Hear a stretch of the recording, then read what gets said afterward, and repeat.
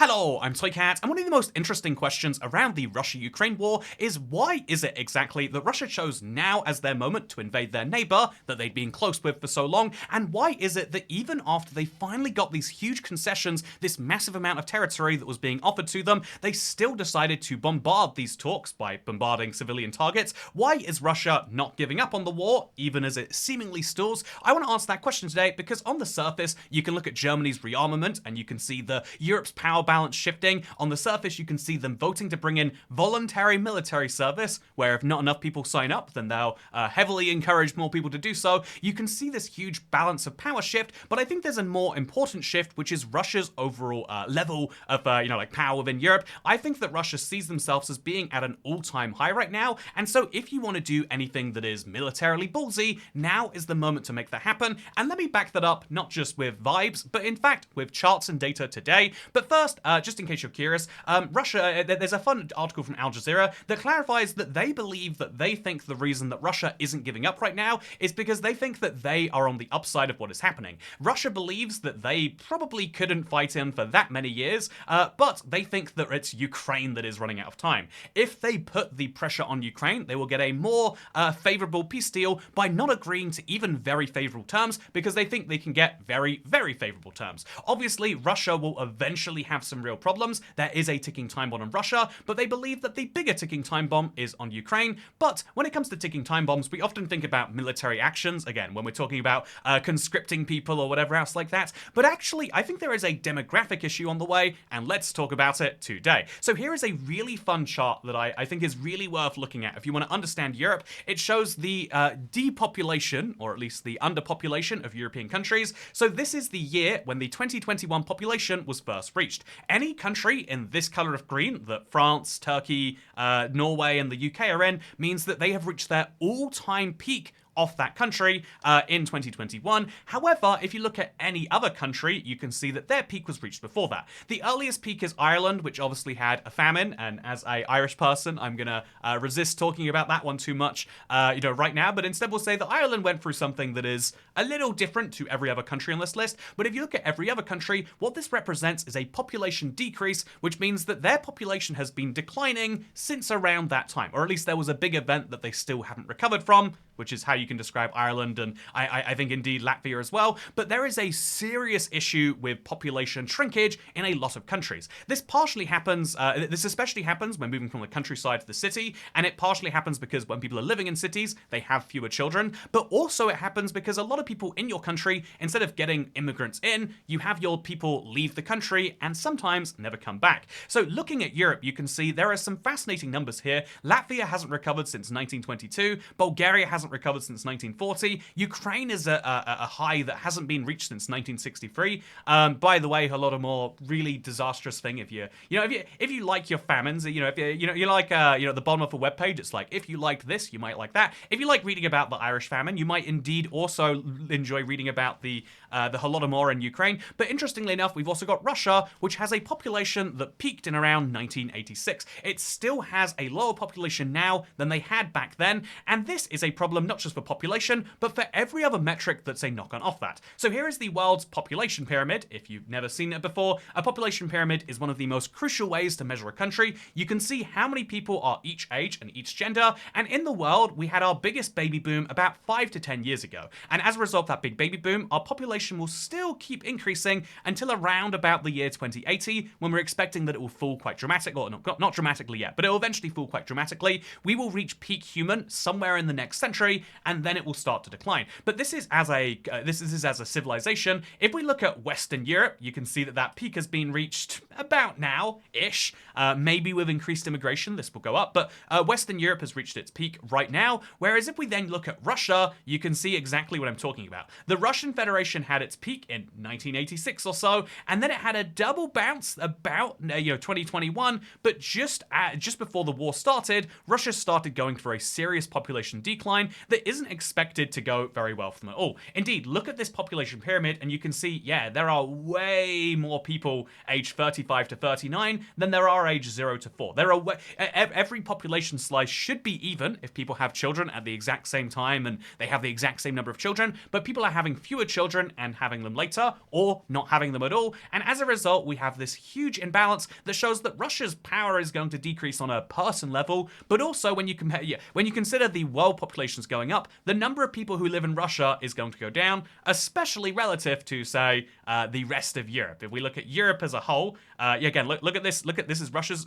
graph up here. Compare that to Europe, and you can see that, like, okay, it's a similar trend, but when you see that it's really Eastern Europe that falls greater than Western Europe, you can see that the trend in Europe is shifting from, I guess honestly, it probably always was a little, west more than east, but it's going to shift even more as Western Europe has, embraced migration more than Eastern Europe. But there's a very interesting thing happening here, and I think that what this kind of tells you is that if you are Putin, if you are a proud Russian nationalist, and you think that the biggest tragedy was the breakup of the USSR, if you think the biggest tragedy was the breakup of the Russian Empire and the fact that there used to be 15 countries which now just get to do their own thing rather than listening to you, which, it sounds absurd to say that, but think about if your country broke up. If the United States fell apart into 50 states today, a lot of Americans would be like, man, it was cool when we got to do things together. I sure don't miss voting for a president along with the people who live in, if you live in Illinois and Missouri, you probably don't like the way the other state votes for a president, and you don't like the way they vote for federal policies, but you'll concede there are things you probably could have done better together that you now can barely do as individual states.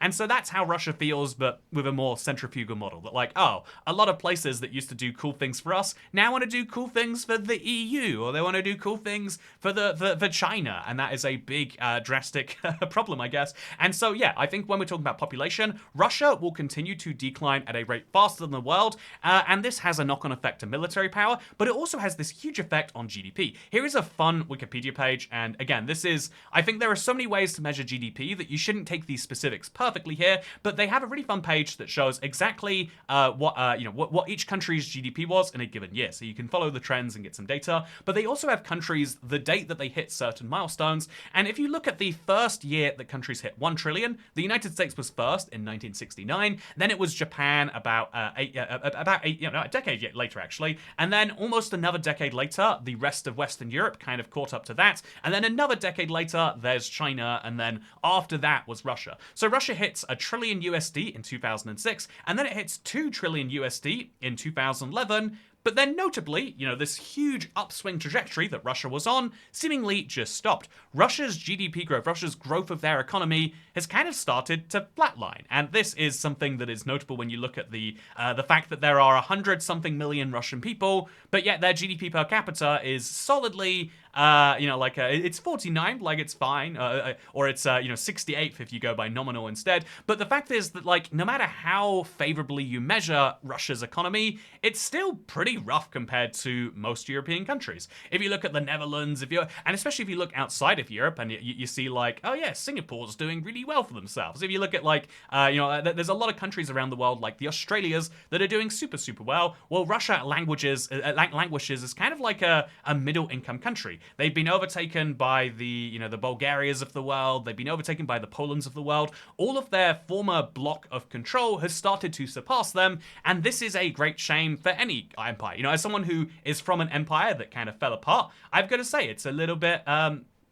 It is a tiny bit sad to see, like what was once a great nation become a good nation or a fine nation. And so if you look at if we go back to this thing here, you can see that the world, using economy as a metric for how much you can do, which is it's not perfect to be fair, but it is a good, I can guarantee a country with a 5 trillion USD is doing a lot more than a country of 1. You have 5 times as much money to spend. If we think about money in the loosest terms, it doesn't perfectly work that way, but this represents how much is happening in your economy. And so you can see there's another interesting trend here. Look at Japan. They went from growing, so catching up with the United States almost, being only 7 years behind, and then all of a sudden that stopped. Japan went through their 90s crisis, and their economy has more or less flatlined. It is not expected that they will ever reach, like the great heights. We have probably approached peak Japan, and I think Japan has dealt with that quite gracefully. Their empire They don't see themselves as a former empire state. I think that it is something that France, you could argue, has dealt with somewhat gracefully. And seeing the right, if we look to the 5 trillion USD club, you can see that there is going to be a major realignment of which world powers are where. There is the continual theory that China will one day be the dominant country in the world, but there is this huge changing of who is going to be where and what the balance of power will be in the end. And I think if you're Russian and you saw that previously in the last century you were fighting, there was a big global fight for which system of doing things should be the priority, the first world or the second world. You were considered a whole sphere of influence, and now it's oh yeah, well, obviously Russia has 1/10 the people of China. It has an economy that is very close to 1/10 the size of China.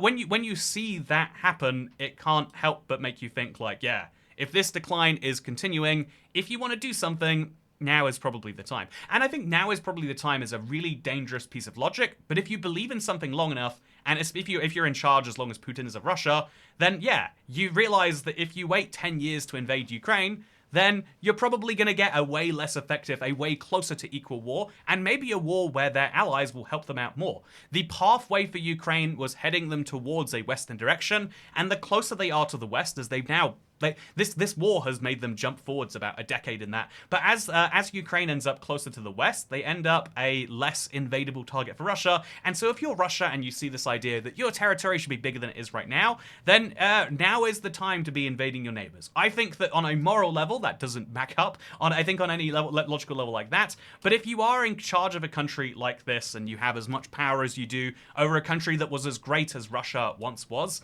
I think that if you ever listen to Putin and ask him why, have you ever heard his responses to why it is? He'll talk a long time about history. It's fascinating in my opinion, listening to Putin talk about this directly, because it seems like he's just talking incomprehensible nonsense. But it's yeah, if your history is so strong and you believe that history is the better time, then you'll realize that one day this will be history, and either you can have done something big now, or you can concede that it would never be done. I think it's the same way that let's put this another way, right? If the if the United States was going to fall to China, I think that it's not going to happen anymore. It's very unlikely the United States will ever that China will overtake the United States in terms of any meaningful metric. But if you were the United States worrying that was going to happen, then you would probably have to pick a time to be okay, we need to do. If there's something that is teetering on the edge of forever, I don't know, Taiwan is a classic example. Now is the time to make sure that works. It's weird that the US and China have an equal interest in Taiwan, but it certainly feels like that is true, right? If you believe that if you're South Korea and you think that North Korea is slowly starting to overtake you, now is the time to do it. Or in the inverse, North Korea sees that South Korea is leaving them behind, becoming a super industrialized country while North Korea is, North Korea. I think that is something that leads to a lot of tensions, and it's something that's interesting because the world is always changing, and the relative positions of countries is changing too. The UK went from being one of the 3 superpowers who negotiated the end of World War II to being yeah, it's a mid-sized European country with a GDP that is just to be clear here, it's going to be the 6th largest in the world by 2030, which it's something big. That's impressive. Don't get me wrong. But to go from being 3rd superpower to being yeah, it's up there. It's in the top 10. They have a seat at the table. I think they have a vote on. I think they have a veto at the UN Council. It's a very stark difference, to say the least. Anyway, with that said, I hope you all look how different, look how big the gap is. By the way, after US and China, and then even India, it's this is a ludicrous gap down from there, which is the real recognition that I want to share right here. The kind of if you were to come to charge of the UK and you believe that now was the time, which is I think why I think if we really want to dive into UK history, it's the reason why we defended the Falkland Islands. I believe that we're in the right, but I'm just maybe I'm just believing in British propaganda. I believe that we were defending British people who rightfully lived there or whatever. But the reason that I think Margaret Thatcher was so popular was because she said, yeah, the empire's declining, but not for another 10 years, let's say. And maybe the reason why the last decade has been so sad to watch in Hong Kong is because we are watching something we know to be wrong happening, and it is our fault for not being powerful enough to do anything about it. We have no meaningful way to save Hong Kong from what they are going through right now, and that is a tragedy. And if you are Russia, and even if you're buying the Kool-Aid, or even if you're dishing out the Kool-Aid because you want to justify your own opinions, you're out there saying there are bad people in Ukraine being bad to the Russian speakers in that territory, and now is our time to solve them. Or if you're being a bit more cynical, you could say, there's a real nice warm water port in the Black Sea, which isn't even that good of a port, because you have to go through Turkey, but different point. But like, there's this real nice port right here, that we gifted to Ukraine, and they're being a bit mean about that gift. We should take that back. There's some Russian speakers in Ukraine, because if in this region of Ukraine, they do majoritarily speak Russian. I'm not, a lot of people say, like, I can't believe you're excusing the invasion. And it's like, no, I'm not excusing. I'm trying to, I think, explain. And I think demography is the best explanation. If you are Russia, you know that your future is not bright. And that's kind of sad, isn't it? But that's where I end this video. Thank you for watching. I think weirdly, Ukraine's future is even, using population pyramid, Ukraine has an even sharper downturn. Look at this. By the year 2100, they'll have a population that matches, what, like Portugal? I mean, Portugal probably is also going to go down. Yeah, you got a population barely above that of Portugal. You got a population that is dwarfed by Poland. Although, wow, look at these numbers right here. I'm sure this will change based on this little bump right here. But yeah, there's a lot of people who live in Europe right now who won't be living there in 100 years. And I didn't realize how bad Poland's doing pretty well, I thought. Romania's doing even worse. Look at this.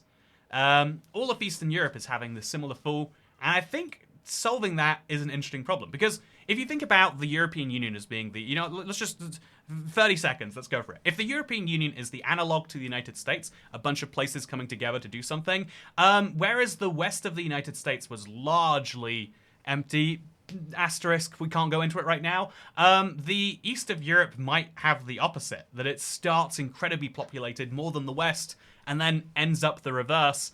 Is that something you solve? There's a lot of great stuff here that will be lost if you don't. It's a tricky problem for the EU. It's a tricky problem for Russia. And this is one of the things you have to think about. But you still shouldn't invade your neighbors. To be clear, it's a bad thing. You shouldn't kill people in any wars. And really, just to go a step further, I don't think you should bomb civilians. That's my controversial opinion. I'm going to be real brave right here. I think bombing civilians, committing what I think is largely described as a war crime, at least that's what Ukraine says, to be fair. But like, I think that striking civilian infrastructure and committing war crimes is bad. Hot take. But yeah, hopefully this explained at least the demography of why that's happening. Yeah, today's Saturday. I wasn't going to make a video, but I just felt like talking about this right now. So thank you for watching. If you enjoy and want me to make more of these, go to Graphtreon. No, go to Patreon. This is just how I measure it. It's interesting. Go to patreon.com/toycat, and you can help me. You can help me beat these people, Silent Solutions and Chef James. Don't I deserve more money than Chef James? I think I do. Anyway, thank you. Also, look at this interest. I am the most interesting person, and so I deserve more money than L Reviewer Random and Silent Solutions. Okay, thank you, and I'll see you next time. Bye.